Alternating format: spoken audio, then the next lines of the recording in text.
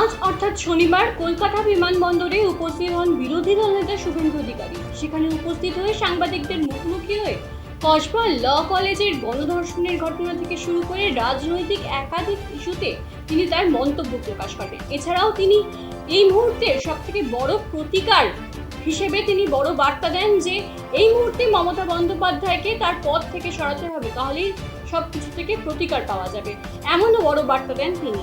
এছাড়াও বিরোধী দলনেতা শুভেন্দু অধিকারী আর কি বার্তা দিয়েছেন তুলে ধরবো আপনাদের সামনে।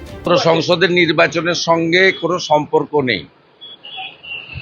কলেজ এবং ইউনিভার্সিটিগুলো কন্ট্রোল করছে মূলত তৃণমূলের গুন্ডারা, তোলাবাজরা, ধর্ষণকারীরা, এবং এদের প্রত্যেকের বয়স 30 ঊর্ধ্ব, কেউ 50 ঊর্ধ্ব আছে।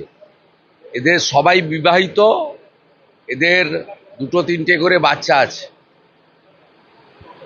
এরা এই জায়গাগুলোকে আখড়ায় পরিণত করেছে এবং অধিকাংশ কলেজের গভর্নিং বডির প্রেসিডেন্ট এই ধরনের ভাইপো গ্যাংয়ের লোকেরা।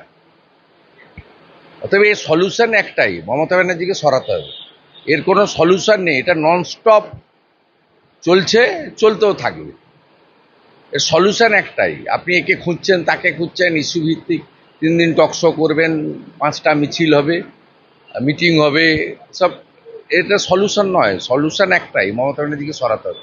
ইউনিয়ন রুমগুলোতে একদম অসামাজিক কার্যকলাপের আখড়া, ইউনিয়ন রুমগুলো খোলার কে পারমিশন? আপনি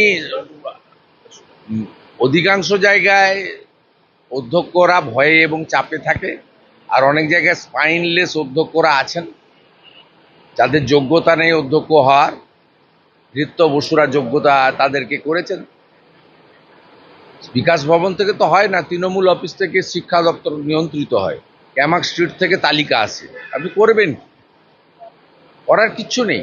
এবং গভর্নিং বডির প্রেসিডেন্টদের যদি তালিকা দেখেন, চোর, চিটিংবাজ, ধর্ষণ, জেহাদি, জঙ্গি, এই লোকেরা সমস্ত গোটা পশ্চিমবাংলার কলেজে বসে আছে। তার পরিণতি যা হওয়ার তাই হচ্ছে।